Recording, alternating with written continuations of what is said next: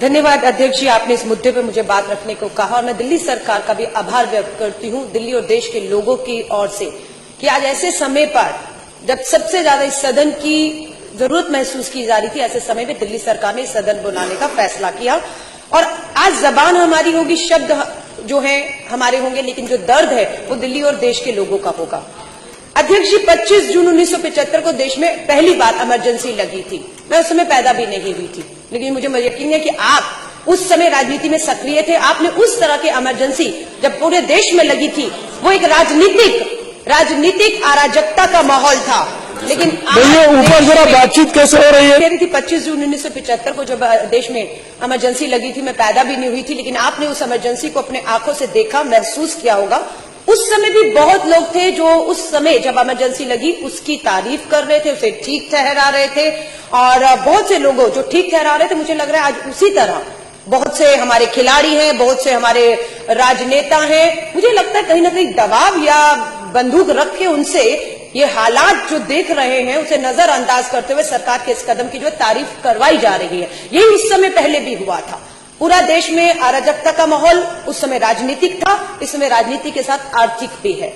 अध्यक्ष जी, मैं और मनीष सिसोदिया जी शनिवार को चांदनी चौक बाजार में, खारी बावली में, कश्मीरी गेट में एक छोटे से छोटे व्यापारी को मिले।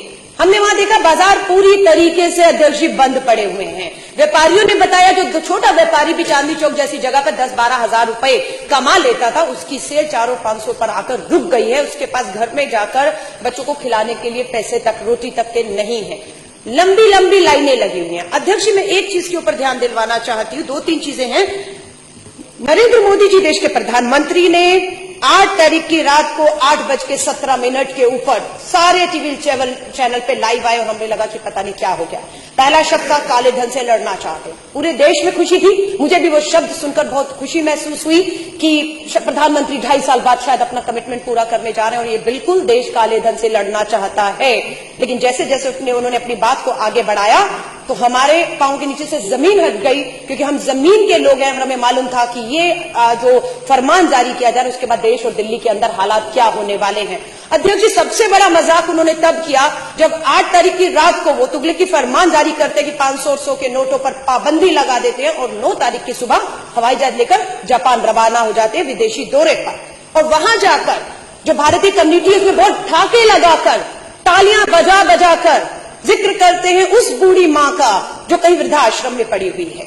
ये कहते हैं मेरी बात हुई एक मां से, जो पता नहीं कब बात होगी, बड़ी हैरानी की बात, और कौन से आश्रम की कौन सी मां से प्रधानमंत्री जी की बात हुई। जुमले गढ़ना इनसे सीखिए कोई। उन्होंने कहा वहां पर जापान की हमारी इंडियन कम्युनिटी के सामने कि मुझे एक मां ने बहुत आशीर्वाद दिया। उन्होंने कहा कि मेरे बेटा बहू मुझे वृद्धाश्रम में छोड़ गए थे, लेकिन अब मुझे उनको मेरी याद आ रही है और मेरे बैंक में 2.5 लाख रुपया जमा हो गया है।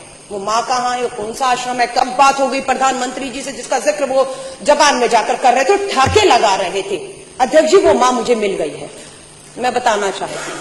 और उस मां ने मुझे कहा, जिस मां की प्रधानमंत्री जी से बात हुई वही मां उसी हिसाब से मुझे भी बता रही है कि मोदी जी को जाकर कह दीजिए कि मुझे नहीं मालूम मेरा बैंक खाता वो कौन सा है, मुझे नहीं मालूम मेरे बेटे ने कब और कैसे 2.5 लाख डाला है। अगर आपकी जानकारी में है मोदी जी, तो जाइए मेरे बेटे को काला धन मेरे खाते में डालने के मामले में गिरफ्तार करिए, जेल में डालिए।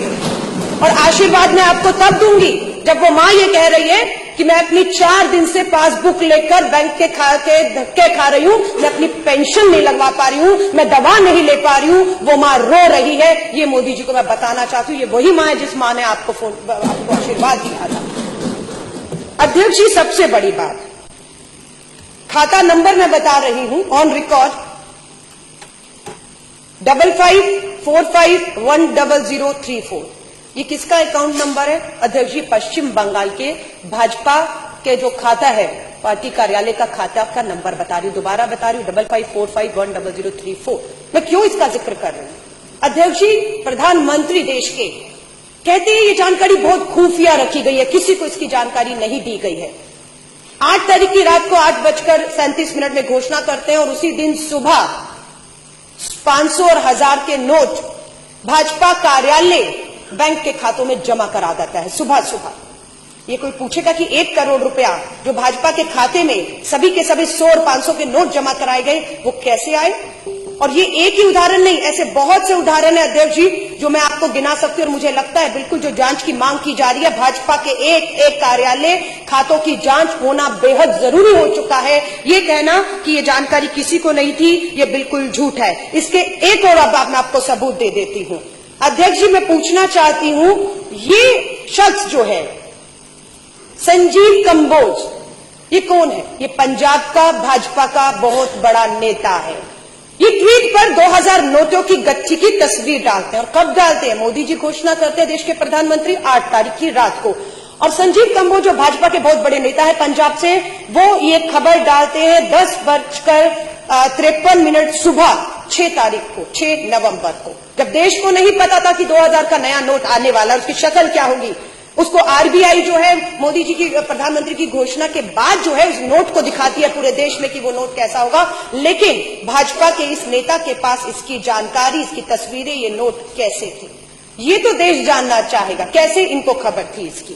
लेकिन इसका जवाब भाजपा का कोई नेता देने को तैयार नहीं है। उल्टा राष्ट्रवाद और देशभक्ति के नाम पर जिस तरह से निर्दोषों को, मैं कहूंगी, क्योंकि चीफ जस्टिस ऑफ इंडिया के भी पूर्व चीफ जस्टिस ने भी कहा है कि जिनको फेक इनकाउंटर में मारा गया है उनका दोष कभी साबित ही नहीं हुआ, वो अभी अंडर ट्रायल थे। तो देशभक्ति के नाम पर, राष्ट्रवाद के नाम पर, आतंकवाद के नाम पर जिस तरह से निर्दोषों को फेक इनकाउंटर का शिकार बनाया जा रहा है, ठीक उसी तरह देशभक्ति राष्ट्रवाद के नाम पर, काले धन के नाम पर निर्दोषों को, 125 करोड़ की गरीब मजदूर आम आदमी किसानों को लाकर इन्होंने जो है वो सड़क पे खड़ा कर दिया है।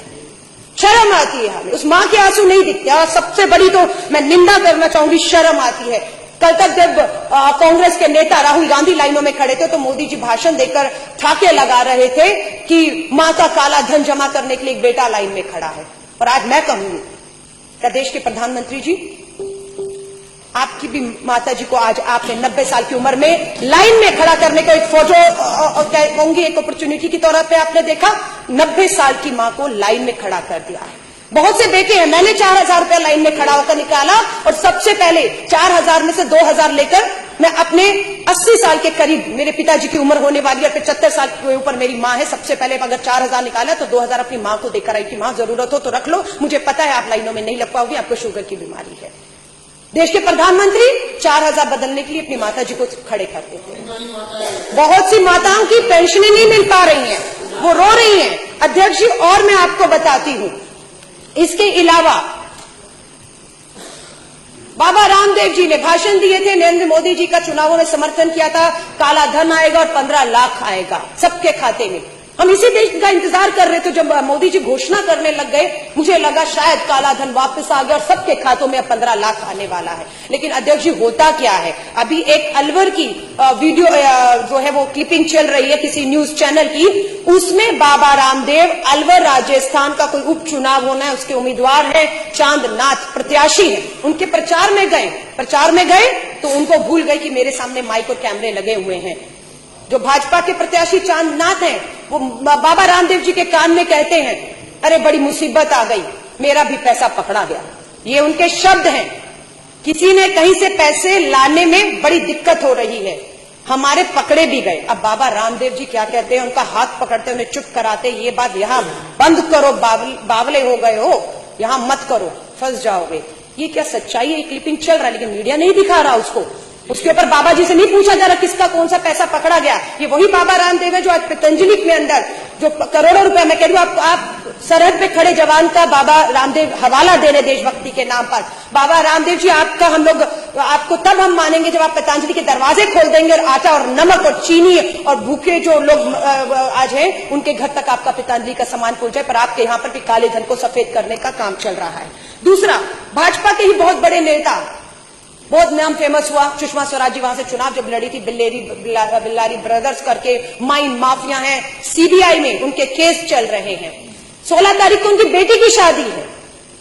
ये हिंदुस्तान टाइम्स की न्यूज़पेपर में इसका खुलासा है कि 500 करोड़ रुपया बिल्लारी ब्रदर, रेड्डी ब्रदर, भाजपा के लीडर जो है नेता, 500 करोड़ रुपया अपनी बेटी की शादी पे खर्च करना चाह रहे हैं। क्या इसकी कोई जांच करेगा कि ये 500 करोड़ रुपया जो शादी पे उड़ाया जाएगा ऐसे माहौल में, वो कहां से आया?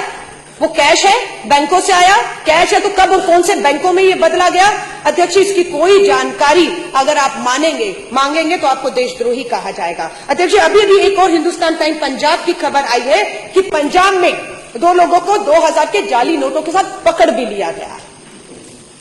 मैं चांदनी चौक से आती हूं, हमारे यहां पर बहुत प्रचलन है, सुनने में आता है कि हवाला कारोबार होता है, और आज तक और बहुत से चैनलों ने स्टिंग ऑपरेशन भी की। किस तरह से रातों रात काला पैसा जो है वो सोनहारों की दुकान पर पहुंचा, सोनहारों ने कैसे जो काला धन स्वीकार करते हुए किस तरीके से काला धन लेकर सोना बेचा है, इसका खुलासा हुआ। अध्यक्ष जी, हवाला के थ्रू कैसे पैसा हो रहा है, जाली नोट आ चुके हैं, बिल्कुल इसकी चिंता जो है वो इनको नहीं हो रही है। अगर आप प्रश्न करेंगे तो आपको देशद्रोही कहा जाएगा, आपको जो है। और मैं अध्यक्ष जी कहूंगी, नितिन जी प्लीज, ये अखबार की सच्चाइयां हैं।